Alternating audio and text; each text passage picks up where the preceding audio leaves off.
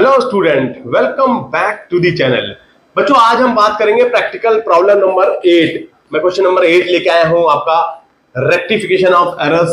मैं चैप्टर करा रहा हूं, उसी को कंटिन्यू करेंगे।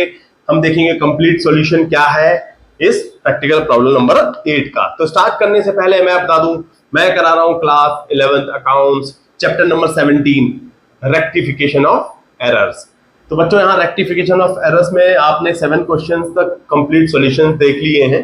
तो मैं उसी को आपको आज भी ये question number 8, practical problem number 8 को कंटिन्यू कराऊंगा, जो कि based out of error of complete omission.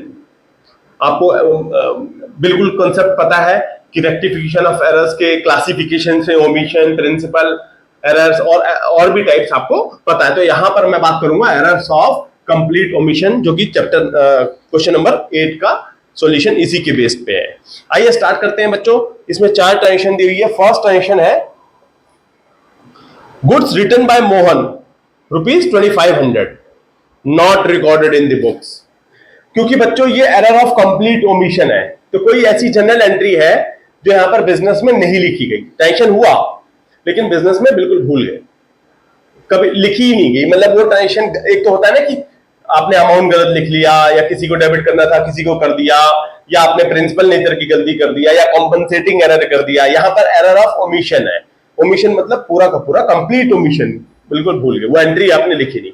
तो आइए आप लिख देते हैं इसकी जनरल एंट्री, उसी को कहलाएगा, वही कहलाएगा आपका रेक्टिफिकेशन जनरल एंट्री। देखिए, goods returned by Mohan ₹2500 not recorded in the books. उन्होंने, हमने क्या हुआ होगा, हमने सेल करी मोहन को, मोहन ने हमें वापस कर दिया। अब जब मोहन ने मटेरियल हमें, स्टॉक हमें, गुड्स हमें वापस कर दिया, तो आप सेल्स रिटर्न की एंट्री करोगे। Goods returned by Mohan not recorded in the books. तो आप क्या करोगे, मोहन अकाउंट डेबिट। भाई हमारा डेटर्स बन गया ना मोहन, सॉरी, आप बेसिकली जब आपने सेल करी थी, तो सेल के टाइम पे क्या हुआ होगा, आप ये दिमाग में डालो, आपने Mohan account debit to sales, यही करो, आपने माल बेचा है ना उसको, Mohan account debit to sales. अब मोहन ने हमें माल वापस कर दिया ₹2500 का, तो आप लिखेंगे sales return account debit. Sales return हमेशा डेबिट होता है। Sales return account debit to Mohan. Mohan as a, आप डेटर्स को कम कर लोगे, आपका डेटर्स है, डेटर्स कम हो जाएगा तो क्रेडिट। तो यहां पर ₹2500 की ये एंट्री आप कर लेंगे, यही कहलाएगी आपकी रेक्टिफिकेशन ऑफ एरर्स की general entry, rectified general entry. ठीक है बच्चों, तो हमने इस तरह से पहला कर लिया। आइए देख लेते हैं सेकंड नंबर की ट्रांजेक्शन, क्या गलती हुई है, क्या ओमिशन हुआ है। कंप्लीट ओमिशन पे है बेस्ड है ये क्वेश्चन। तो देख लेते हैं, goods distributed as free sample ₹8000 not recorded. भाई हमारे पास गुड्स था, हमने फ्री सैंपल में डिस्ट्रीब्यूट कर दिए 8000 का माल, लेकिन रिकॉर्ड नहीं हुई बुक्स में। ओमिशन हो गया ना, कंप्लीट ओमिशन। तो क्या करेंगे, खर्चे को पहचानेंगे ना, भाई खर्चा हुआ है ना। भाई आपका माल आपने सैंपल में बांट दिया, तो यहां लिखेंगे sample account debit. Sample account debit, revenue में डाल रहे हैं, खर्चे P&L में। टू क्या क्रेडिट होगा, क्या दिया है आपने 8000 का माल। जब भी माल जाता है तो परचेज, गुड्स गए, परचेज अकाउंट क्रेडिट कर लेंगे। कितने का, ₹8000 का। ठीक है बच्चों, तो ₹8000 का ये आपने सैंपल वाला रेक्टिफाइड एंट्री आपने लिख ली। बेसिकली एक आपने जनरल एंट्री लिख ली, बुक्स में रिकॉर्ड ही नहीं हुआ ना, तो हमने आप रिकॉर्ड कर ली। ठीक है, आइए देखते हैं तीसरा, depreciation of machinery ₹10,000 not charge. तो डेप्रिसिएशन चार्ज कर दो मशीन पे, depreciation account debit, depreciation account debit to machinery. Machinery की वैल्यू को घटाता है, वो डेप्रिशिएट करता है टू मशीनरी अकाउंट। कितना, 10,000। अब आपने लिख दी। भाई ओमिशन वाली है ना एरर, क्या आपने लिखी नहीं। आइए लास्ट ट्रांजेक्शन है इस प्रैक्टिकल प्रॉब्लम नंबर 8 की, गुड्स कॉस्टिंग ₹7800, सेलिंग प्राइस 10,000। ध्यान दीजिए बच्चों, goods costing ₹7800, sale price 10,000, given as charity not recorded. अब बच्चे ये कंफ्यूज हो जाते हैं इसकी जनरल एंट्री लिखते वक्त कि 10,000 से रिकॉर्ड करनी है या 7800 से।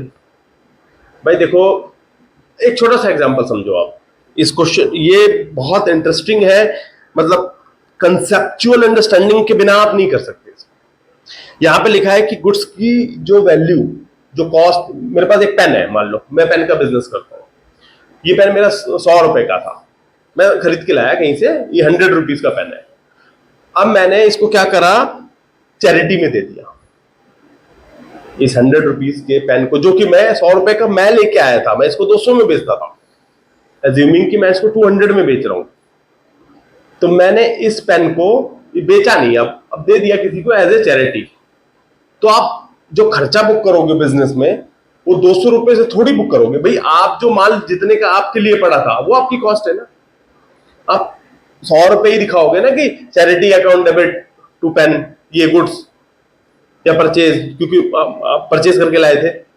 तो बेसिकली बताने का मतलब ये है मेरा कि जो आपकी कॉस्ट थी, अगर आप चैरिटी में वो गुड्स देते हैं किसी को, तो आप अपनी कॉस्ट वैल्यू पे उसे लिखेंगे, ना कि सेलिंग प्राइस पे। सेलिंग प्राइस तो आप तो 20% कमा रहे हैं, 50% महंगा बेच रहे हो, आप डबल बेच रहे हो 100% मार्जिन लगा के, तो मार्जिन आपका लॉस नहीं है ना भाई, आपने उस पर नहीं कमाया, लेकिन कॉस्ट तो आप लिखोगे ना जो जितने का पड़ा था आपको। तो यहाँ पे लिखा है goods costing rupees 7800, selling price 10,000, given as charity not recorded. सबसे पहले चैरिटी रिकॉर्ड कर लो।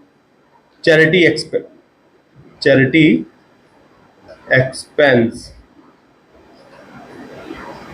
Account debit to purchase account. Purchase से ही जाएगा ना, क्योंकि आप माल खरीद के लेके आए थे ना। परचेज अकाउंट कितना, यही देखने वाली बात है, 7800 के ऊपर आप लिखेंगे, ठीक है। वो तो सेलिंग प्राइस पे आप नहीं लिखते। तो बच्चों, ये उम्मीद मैं ये करता हूं कि आपको ये practical problem number 8 error of complete omission पे बेस्ड है, ये जो 4 ट्रांजेक्शन आपको अच्छे समझ में आया होगा। तो please like, share and subscribe. Thank you, thanks for watching.